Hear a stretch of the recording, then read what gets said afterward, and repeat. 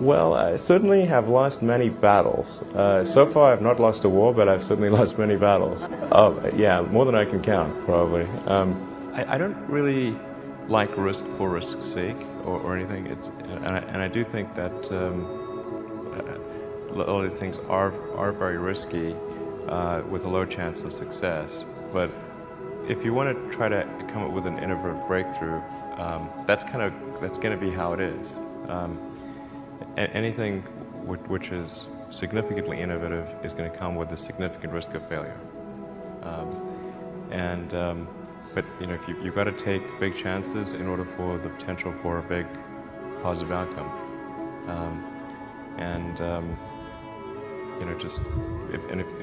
If the outcome is exciting enough, then taking a big risk is worthwhile. It's really how I approach it. But then once executing down a path, I actually do my absolute best to reduce risk.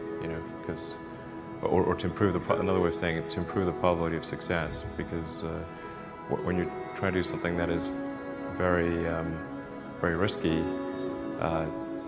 that you have to spend a lot of effort trying to reduce that risk as you embark down that path. I mean, when I started SpaceX, I thought the odds of success were very low. I thought we'd most likely fail, but I thought, well, we should give it a try nonetheless. Certainly there are times when things don't go well, and then that's quite dispiriting for sure. And so then it's difficult to proceed with the same level of enthusiasm. But I do think the things that we're doing are pretty important to the future. And if we don't succeed, then it's not clear what other things would succeed. And if we don't succeed, then we will be certainly pointed to as a reason why people shouldn't even try for these things. So I think it's important that we do whatever is necessary to keep going. I think successful entrepreneurs probably come in all sizes, shapes, and flavors. I'm not sure there's any one particular thing. For me, some of the things I've described already, I think, are very important. I think really an obsessive nature with respect to the quality of the product is very important. So being obsessive compulsive is a good thing in this context. Really liking what you do, whatever area that you get into. Given that even if you're the best, there's always a chance of failure. So I think it's important that you really like whatever you're doing.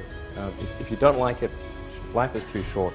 I'd say and also if you like what you're doing, you think about it even when you're not working. I mean, it's something that your mind is drawn to. And if you don't like it, you just really can't make it work, I think.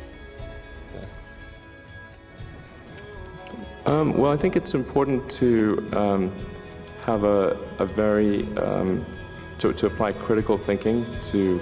This may sound trite, but to apply critical thinking to what one is doing, and by that I mean just the fundamentals of logic. Do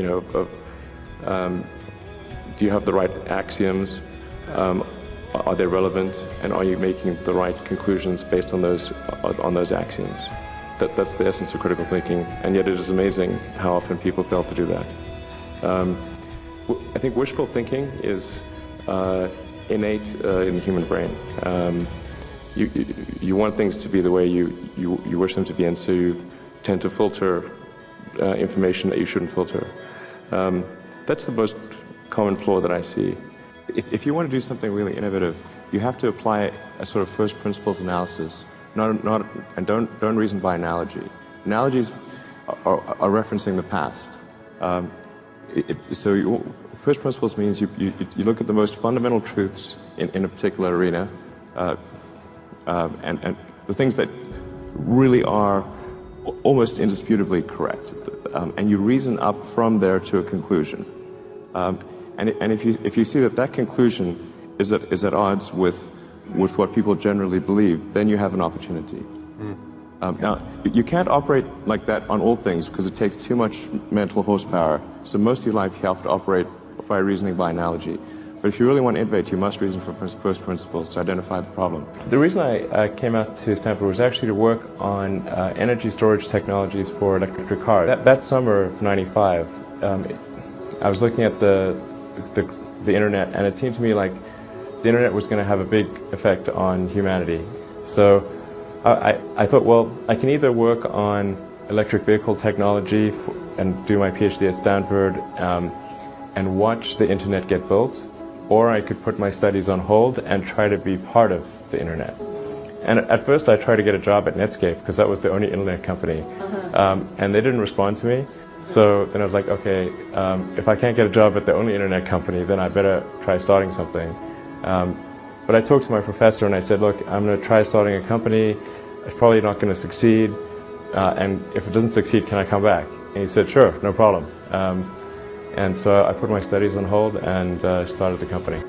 I mean, we had many, at Tesla we came many times close to bankruptcy. In fact, at the end of 2008, we were only a few days from bankruptcy. It was literally 2 days, or 3 days maybe.